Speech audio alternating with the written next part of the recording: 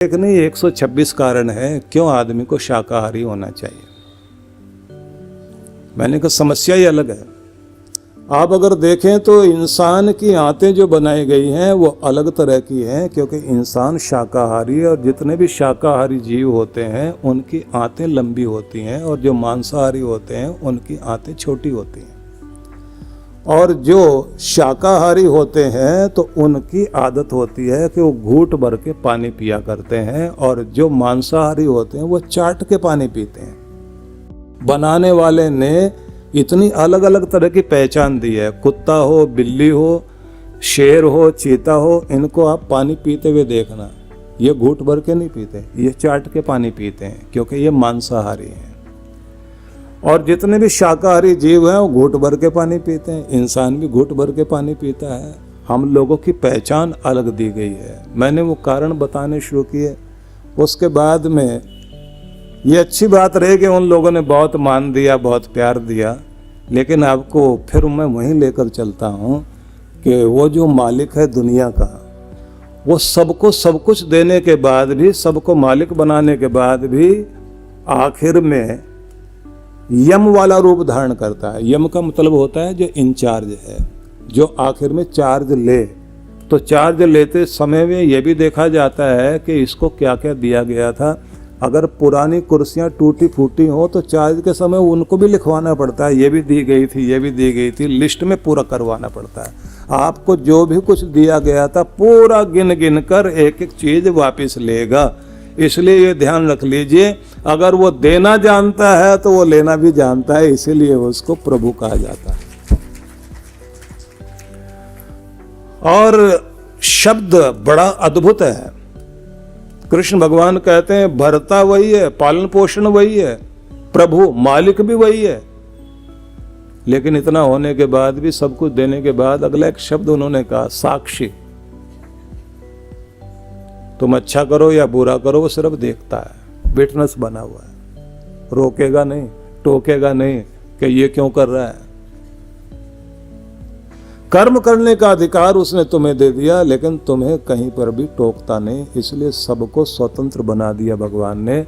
बुरे को बुरा करने के लिए भी आज़ाद किया हुआ है और भले को भला करने के लिए भी आज़ाद किया हुआ है। हम लोग जब ये बोलते हैं ना कि उसकी मर्जी के बिना पत्ता भी नहीं हिलता, भाई यहां हम गड़बड़ करते हैं। उसकी मर्जी का मतलब उसके नियम के अनुसार ही संसार में पत्ते हिलते डुलते हैं, उसके नियम काम कर रहे हैं। लेकिन ऐसा नहीं है कि वो आपकी स्वतंत्रता में कहीं बाधक बनता हो। उसने आपको इतना आजाद किया हुआ है, तुम करो ना करो, अच्छा करो बुरा करो या खाली बैठो। हाँ, जब फल देने की बारी आएगी, फल देने की बारी जब आएगी तो उस समय आपको वो बांध देता है। उस समय ना आपकी अक्ल को वो काम के लायक छोड़ता, ना हाथों को, ना शक्ति को, ना आकर्षण को, सब बांध देता है। सजा भोगने के टाइम में आदमी बिल्कुल अकेला हो जाता है। इसलिए दुख में हर कोई अकेला है और सुख में उसका हिस्सा बांटने के लिए पूरी दुनिया साथ खड़ी हुई है। हर कोई आएगा आपकी संपत्ति में हिस्सा बटाने के लिए, लेकिन आपके दुख में कोई भी शामिल होना नहीं चाहता। हर कोई झूठी हमदर्दी दिखा सकता है, लेकिन किसी की पीड़ा को कोई भी नहीं ले सकता। इसलिए कहा जाता है कि आप को जब कर्म का फल मिलता है उस समय आप बंधन में होते हैं और उस समय आपकी मर्जी नहीं चलती, तब ऊपर वाले की मर्जी चलती है। और गजब की बात तो ये है, अगर 5 अच्छे कर्म आपने कर दिए और 3 बुरे कर्म किए तो भगवान कभी भी ऐसा नहीं करेंगे कि 3 जो बुरे कर दिए हमने और 5 अच्छे किए हैं तो 3 घटाए भगवान उसमें से और 2 का फल अच्छा दे दे। क्या करेगा वो? जो 3 अच्छे किए हैं या 5 अच्छे किए हैं उनमें से 5 का अच्छा फल मिलेगा, और 3 जो बुरे किए हैं आपने उनका बुरा फल मिलेगा। इसलिए जिंदगी में ये दोनों चीजें साथ चल रही होती है। सुख के साथ साथ बीच में दुख आ जाता है और दुख के बाद में फिर सुख आ जाता है। और कभी कभी ऐसी स्थिति होती है जब दुख का समय चल रहा होता है तो न जाने कितने कितने तरह के दुख उस समय एक साथ आकर शामिल हो जाते हैं। आदमी शरीर से भी बेबस, दिमाग से भी बेबस, हाथ पांव भी नहीं चल पा रहे हैं, परिवार के लोग भी साथ नहीं दे पा रहे हैं, अक्ल भी साथ नहीं दे पा रही है। ऐसा लगता है जैसे उसका दुनिया में कोई रहा ही नहीं। इतने बेबस हो जाते हैं हम लोग। इसलिए कहा जाता है कर्म करने में आप आजाद हैं, फल भोगने में आप आजाद नहीं हैं। इसलिए सबको ये जानना चाहिए कि परमात्मा साक्षी तो है लेकिन कर्म फल प्रदाता भी है और सब के सब बेबस हैं। ये भी याद रखना, गंगा में भी चले जाओगे ना, धुल भी जाएंगे तो भी आपके पाप छुटकारा दे देंगे आपको, ऐसा नहीं होने वाला। इसलिए जो ये पहले हम लोग वो कहानी सुनाया करते थे ना कि किसी ने जाकर पूछा गंगा से कि सारी दुनिया के पाप आपके पास आते हैं, आप उन्हें धोकर कहाँ लेकर जाते हैं? तो गंगा ने कहा समुद्र को देते हैं। समुद्र से पूछा आप कहाँ ले जाते हैं? बोले हम बादल को देते हैं। बादल से पूछा कि आप क्या करते हैं? बोले जिस जिसका होता है उसी के ऊपर जाके बरसा देते हैं, हम भी क्या करेंगे। दूसरी कथा भी कही जाती है कि गंगा में जैसे स्नान करते हैं तो पाप उस समय गंगा को देखते ही उड़ जाते हैं और पेड़ों पे जाके बैठ जाते हैं। जैसे नहा के आदमी वापिस चलता है फिर उसके कंधे पे सवार हो जाते हैं और कहते हैं तू भी यहीं और हम भी यहीं। कहने के तरीके अलग हो सकते हैं लेकिन ऐसे अगर गंगा में डुबकी लगाने से पाप जाता होता तो सबके सब पवित्र हो जाते। एक डुबकी लगाओ, पाप धुल गया, दोबारा पाप करने के लिए वापिस आ जाओ। कर्म तो अपना काम करेगा, जब तक फल नहीं देगा तब तक छुटकारा होगा नहीं।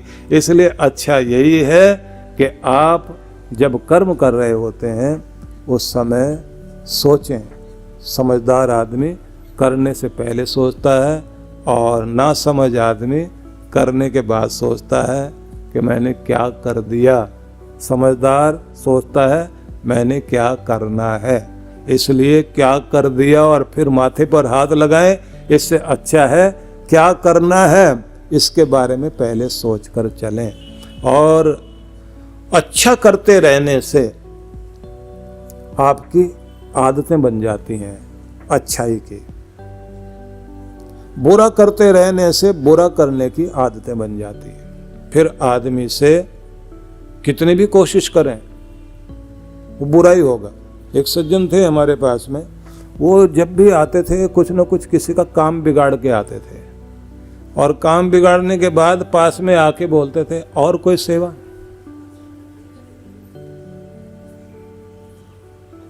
और जिसका काम बिगाड़ दिया वो तो बेचारा दुखी होता था और जैसे उसके पास जाके बोलते थे ना और कोई सेवा बताओ तो दूसरे खड़े होके हंसते थे।